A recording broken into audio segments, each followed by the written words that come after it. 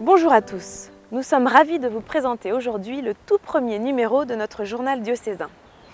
Au programme, nous verrons le bilan depuis les 5 mois de l'installation de Monseigneur Laglaise dans notre diocèse. Ensuite, nous évoquerons la journée qu'il a consacrée à la solidarité et à la charité. Et pour finir, nous vous présenterons sa toute première rencontre avec le pape François lors de son audience à Rome. Mais revenons tout d'abord sur les premiers pas de l'évêque dans notre diocèse. Bonjour Monseigneur. Bonjour. Vous nous accueillez ici dans le parc de l'évêché. Oui. Alors cela fait 5 mois que vous avez été installé dans le diocèse de Metz. Quel premier bilan faites-vous depuis votre arrivée? Quel premier bilan? Eh bien, une grande joie par les rencontres, grande joie par la découverte du territoire, et puis alors, grande joie, mais j'y suis pour rien, d'un temps particulièrement clément. Et alors, il suffit de voir, là, cet après-midi, à la fois le soleil, les oiseaux, les fleurs qui commencent à pousser. Voilà, donc j'ai envie de dire une tonalité de joie, et puis déjà quelques événements importants, je pense autour des fêtes de Noël. Et puis l'appel décisif des catéchumènes, le premier dimanche de Carême à la cathédrale, et puis ce temps ensuite de rencontre avec eux. Et puis aussi la découverte des conférences de Carême, à la fois conférences, musique, chant.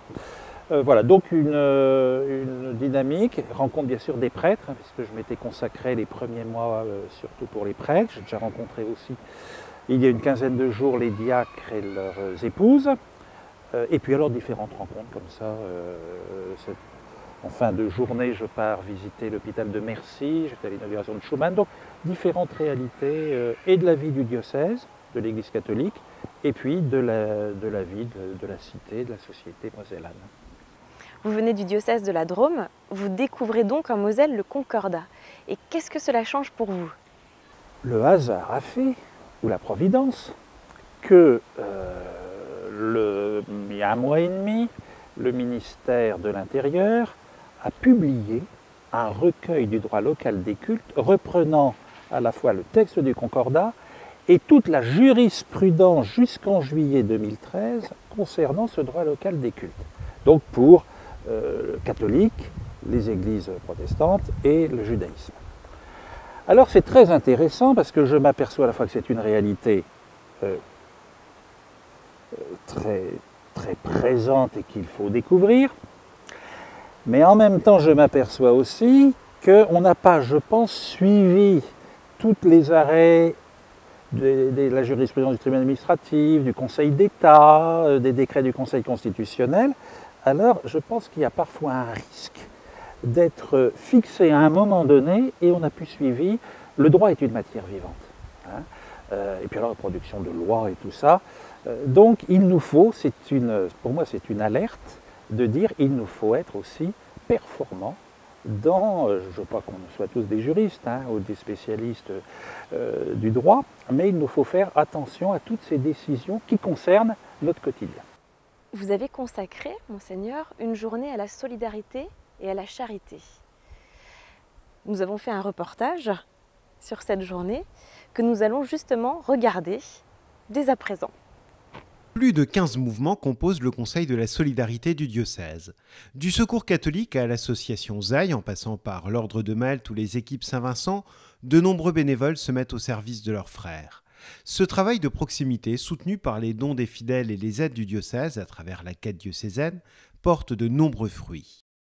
Je viens ici tous les mardis dans le cadre des équipes Saint-Vincent et je vais le jeudi à Montigny, à une coopérative d'insertion alimentaire où j'ai rencontré madame qui avait besoin d'aide et puis qui maintenant vient m'aider au vestiaire pour trier la layette. Dans le prolongement de la démarche Diaconia, les chrétiens sont invités à devenir des veilleurs pour repérer les lignes de fractures actuelles. À travers ce service, c'est l'évangile tout entier qu'ils mettent en œuvre. Ce que vous avez fait au plus petit d'entre les miens, c'est à moi que vous l'avez fait. Donc c'est vraiment une rencontre avec les plus pauvres, c'est vraiment une rencontre avec Jésus qui est là, présent, qui nous attend. Alors suite à ce reportage sur la solidarité, qu'avez-vous retenu de cette journée? Vous faites bien de parler de la journée parce que le Conseil de la solidarité, je l'ai eu en fin d'après-midi. Et j'ai quand même consacré dans mes visites organisées ou parfois des visites surprises des lieux de solidarité. Et puis ensuite, il y a eu le Conseil de la solidarité. Donc là, c'était une prise de contact avec les différents mouvements ou représentants, associations de la solidarité, donc à la Maison de la Caritas. Bon, c'était plus la présentation de ce que chacun fait. Ce qui me paraît important d'un Conseil de la solidarité pour un évêque, et par l'évêque pour l'ensemble du diocèse, c'est aussi avoir des personnes, certes, engagées dans des actions, mais aussi des personnes qui ont un peu de champ, de hauteur de vue, pour déceler des nouvelles fractures ou autres dans la société où des nouvelles pauvretés peuvent s'installer. Alors, on en a un certain nombre. J'ai attiré l'attention autour, entre autres, des personnes âgées qui, avec maintenant des toutes petites retraites, l'augmentation du coût de la vie, des matières consommables, que ce soit le gaz, l'électricité, tout ça, bon, le dire kérosène, voilà. Donc c'est comment repérer aussi des nouveaux terrains où il risque d'avoir de nouvelles pauvretés qui s'installent. Donc ça, j'attends cela. Et puis, c'est un lieu aussi, le Conseil de la solidarité, de maintenir ce qu'a été, j'espère, le réveil de Diaconia. Donc ce grand rassemblement l'an dernier à Lourdes, du service du frère. Alors, les évêques avaient bien dit, on l'a tellement bien dit qu'on a l'air d'être écoutés, on ne crée pas un nouveau mouvement, Diaconia, non, c'était comme une piqûre de rappel, tous les 10 ans, on doit se faire le tétanos ou tout ça. Et bien là, c'est de se rappeler de temps en temps que dans la vocation baptismale, le service du frère, de la fraternité, fait partie intégrante de la vie chrétienne. Allez-vous mettre en place d'autres projets, fixer d'autres... Pour le moment, il y en a déjà pas mal. Donc il faut soutenir l'existant, parce que des fois, il faut aussi, dans l'Évangile, j'aime beaucoup ce passage où Jésus dit, quand tu veux bâtir une tour, regarde déjà si tu as les moyens suffisants, parce que sinon tout le monde va rire de toi en disant il a commencé à construire une grande tour, il n'est même pas capable de l'achever. Et puis l'autre, c'est si tu veux attaquer ton ennemi qui arrive avec tant d'hommes, au lieu de commencer tout de suite à partir, regarde si tu as suffisamment d'hommes pour tenir le combat. Donc il faut aussi dans l'Église être prudent, on peut avoir des projets merveilleux, avons-nous les forces suffisantes pour les mettre en place? Et si oui, est-ce qu'on ne va pas en fait affaiblir d'autres secteurs où il y a déjà quelque chose qui se fait? Ça, c'est du rôle des responsables, de mesurer le champ, ensuite d'essayer d'évaluer les forces en présence et ceux qui sont déjà présents, et de ne pas tous aller au casse-pipe. Monseigneur, changeons de sujet. Alors, vous avez rencontré lors de son audience le pape François. Petite question indiscrète, qu'est-ce que vous vous êtes dit? Effectivement, donc le 15 janvier, profitant d'être à Rome pour aborder quelques dossiers qu'il faut faire avancer dans le diocèse, je me suis rendu à Rome, avec entre autres accompagné de 2 prêtres pour aborder certains sujets.